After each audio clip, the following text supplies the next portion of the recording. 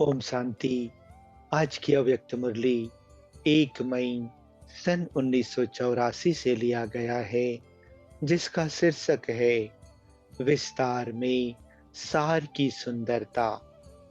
विस्तार में सार की सुंदरता। सर्व को सार स्वरूप में स्थित करने वाले बाप दादा शक्तिशाली आत्माओं प्रति बोले। बाप दादा विस्तार को भी देख रहे हैं और विस्तार में सार स्वरूप बच्चों को भी देख रहे हैं। विस्तार इस ईश्वरीय वृक्ष का श्रृंगार है और सार स्वरूप बच्चे इस वृक्ष के फल स्वरूप हैं। विस्तार सदा वैरायटी रूप होता है और वैरायटी स्वरूप की रौनक सदा अच्छी लगती है।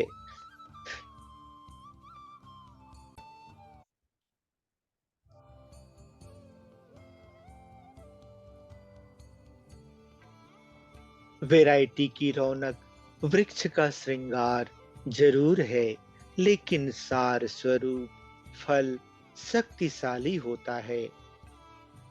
विस्तार को देख सदा खुश होते हैं और फल को देख शक्तिशाली बनने की शुभ आशा रखते हैं।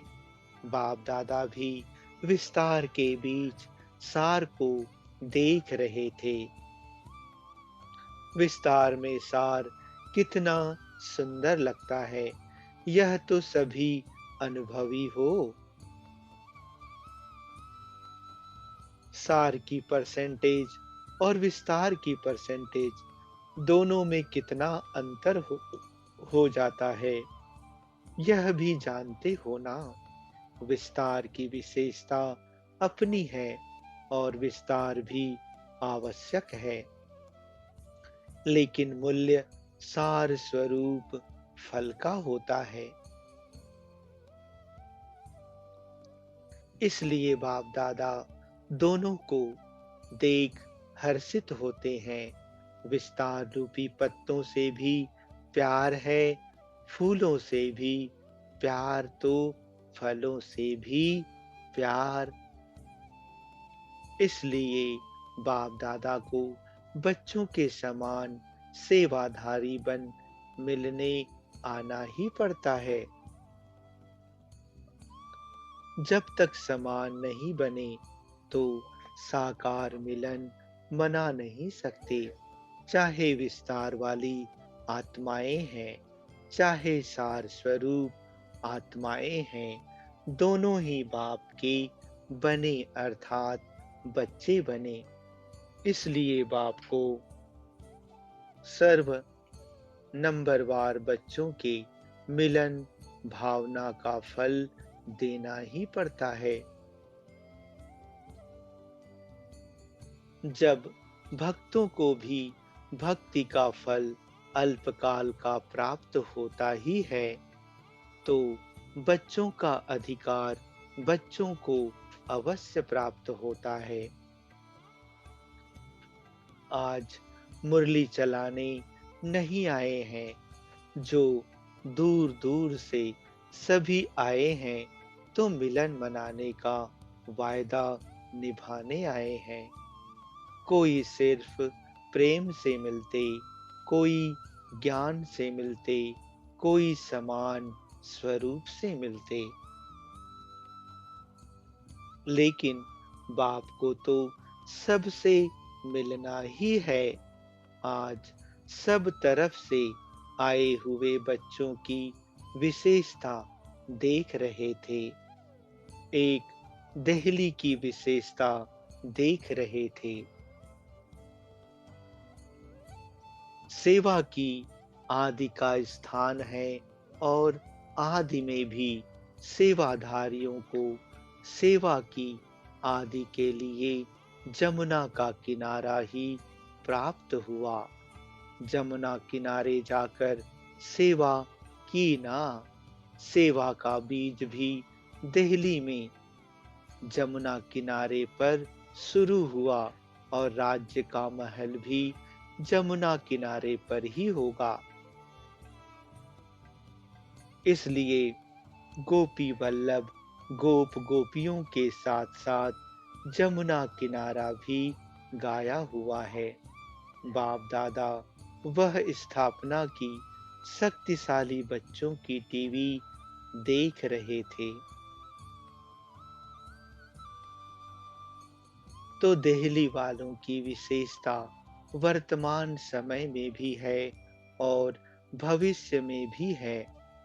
सेवा का फाउंडेशन स्थान भी है और राज्य का भी फाउंडेशन है। फाउंडेशन स्थान के निवासी इतने शक्तिशाली हो ना, दिल्ली वालों के ऊपर सदा शक्तिशाली रहने की जिम्मेवारी है। दिल्ली निवासी निमित्त आत्माओं को सदा इस जिम्मेवारी का ताज पड़ा हुआ है ना। कभी ताज उतार तो नहीं देते हैं। दिल्ली निवासी अर्थात सदा जिम्मेवारी के ताजधारी। समझा? दिल्ली वालों की विशेषता सदा इस विशेषता को कर्म में लाना है। अच्छा, दूसरे हैं सिक्कीलदे कर्नाटक वाले। वह भावना और स्नेह के नाटक बहुत अच्छे दिखाते हैं। एक तरफ अति भावना और अति स्नेही आत्माएं हैं, दूसरी तरफ दुनिया के हिसाब से एजुकेटेड नामी ग्रामी भी कर्नाटक में हैं। तो भावना और पद के अधिकारी दोनों ही है। इसलिए कर्नाटक से आवाज बुलंद हो सकता है। धरनी आवाज बुलंद की है, क्योंकि वीआईपीज होते हुए भी भावना और श्रद्धा की धरनी होने के कारण निर्माण है। वह सहज साधन बन सकते हैं। कर्नाटक की धरनी इस विशेष कार्य के लिए निमित्त है। सिर्फ अपनी इस विशेषता को भावना और निर्माण दोनों को सेवा में सदा साथ रखें। इस विशेषता को किसी भी वातावरण में छोड़ नहीं दे। कर्नाटक की नाव के दो चप्पू हैं। इन दोनों को साथ साथ रखना, आगे पीछे नहीं। तो सेवा की नाव धरनी की विशेषता की सफलता दिखाएंगी। दोनों का बैलेंस नाम बाला करेगा। अच्छा, सदा स्वयं को सार स्वरूप अर्थात फल स्वरूप बनाने वाले, सदा सार स्वरूप में स्थित हो, औरों को भी सार की स्थिति में स्थित करने वाले, सदा शक्तिशाली आत्मा, शक्तिशाली याद स्वरूप, शक्तिशाली सेवाधारी, ऐसे समान स्वरूप मिलन मनाने वाले श्रेष्ठ आत्माओं को बाप दादा का याद प्यार और नमस्ते। अच्छा, ओम शांति।